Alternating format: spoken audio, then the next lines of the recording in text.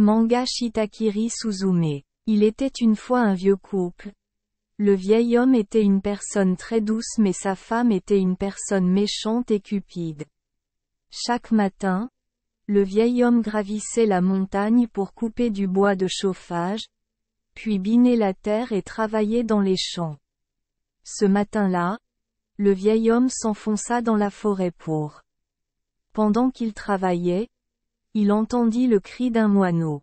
Le vieil homme regarda autour de lui et vit un petit moineau blessé coincé entre des branches d'arbres. « Oh! Pauvre petit oiseau !» s'exclama le vieil homme et enleva doucement les branches du petit moineau. « Ne t'inquiète pas. Je vais t'aider. Tout ira bien. Viens à la maison avec moi, dit le vieil homme. De retour chez lui, le vieil homme pansa l'oiseau et lui donna quelques grains de riz. Sa femme n'aimait pas du tout ça et n'arrêtait pas de répéter. « Pourquoi gaspilleriez-vous de la nourriture pour un oiseau ?» Mais le vieil homme a répondu que tout allait bien, qu'il devait juste travailler plus dur pour élever le moineau jusqu'à ce qu'il soit en bonne santé. Un jour, alors que le vieil homme s'apprêtait à gravir la montagne, il dit à sa femme, « Attention au moineau. »« Oui. Je sais, répondit la femme avec irritation. Mais elle a laissé le petit oiseau aller se laver et se baigner au bord de la rivière. Resté seul pendant un long moment, le petit moineau a commencé à avoir faim. Il trouva un bol de pommes de terre que la vieille femme venait de préparer. Parce qu'il avait tellement faim, le petit moineau ne pensait à rien et se contentait de grignoter lentement jusqu'à ce qu'il n'y ait plus rien. Quand la vieille femme revint, voyant que le bol de pommes de terre avait disparu, elle demanda à l'oiseau. « Je suis désolée, dit-elle doucement, parce que j'avais tellement faim que je n'ai pas pu m'empêcher de tout manger. » La vieille femme s'est mise en colère. « Espèce de voleur. A-t-elle crié fort, je ferai en sorte que tu ne puisses plus jamais faire la même chose. » Cela dit, elle a attrapé le petit moineau et a utilisé des ciseaux pour lui couper la langue. La pauvre petite fille a gravi la montagne en volant, pleurant amèrement tout le long du chemin. Lorsque le vieil homme revint et ne vit aucun moineau, il demanda à sa femme, « Qu'est-il arrivé à l'oiseau ?» La vieille femme répondit, « Cet animal a mangé toutes mes pommes de terre, alors je lui ai coupé la langue et je l'ai chassé. » Le vieil homme était abasourdi et se plaignait, « Oh, s'il te plaît, pardonne-moi, pauvre oiseau, tu dois souffrir. » Très douloureux. Pendant qu'il parlait, les larmes coulaient de ses yeux. Ensuite, le vieil homme s'est précipité vers la montagne pour trouver le petit moineau. Il marchait à travers la forêt, cherchant chaque recoin, en criant fort, « Petit moineau, reviens. » Mais je ne vois toujours pas l'oiseau. Le vieil homme pensa soudain. « D'accord. Je vais aller au nid pour trouver le petit moineau. » Lorsque le vieil homme s'enfonça profondément dans la montagne, 3 moineaux apparurent. « Oh, moineau, où est ton nid ?» a demandé le vieil homme. « Dans cette direction. » « Dans cette direction. » Gazouillis. 3 oiseaux montrèrent le chemin au vieil homme et lui dirent qu'il devait traverser des bosquets de bambou pour s'enfoncer plus profondément. Le vieil homme a simplement suivi les instructions. Soudain, un magnifique château apparut devant lui et il aperçut ses oncles alignés devant la porte du château. « Bienvenue. Nous vous attendons depuis longtemps. » Un oiseau a dit. Le vieil homme demanda. « As-tu vu mon petit moineau ?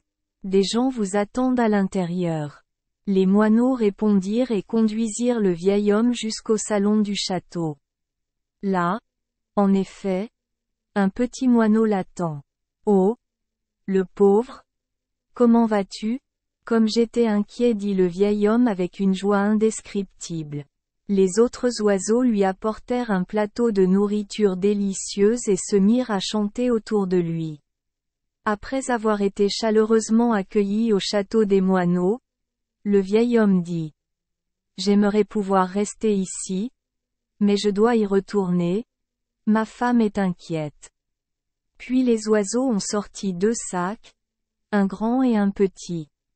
Choisissez ce que vous voulez, dit un oncle. Bien qu'il ait beaucoup aimé les sacs cadeaux, il a finalement choisi un sac plus petit en disant « Je suis désolé, mais je suis vieux, je ne peux porter que ce petit sac. » De retour chez lui, le vieil homme appela sa femme.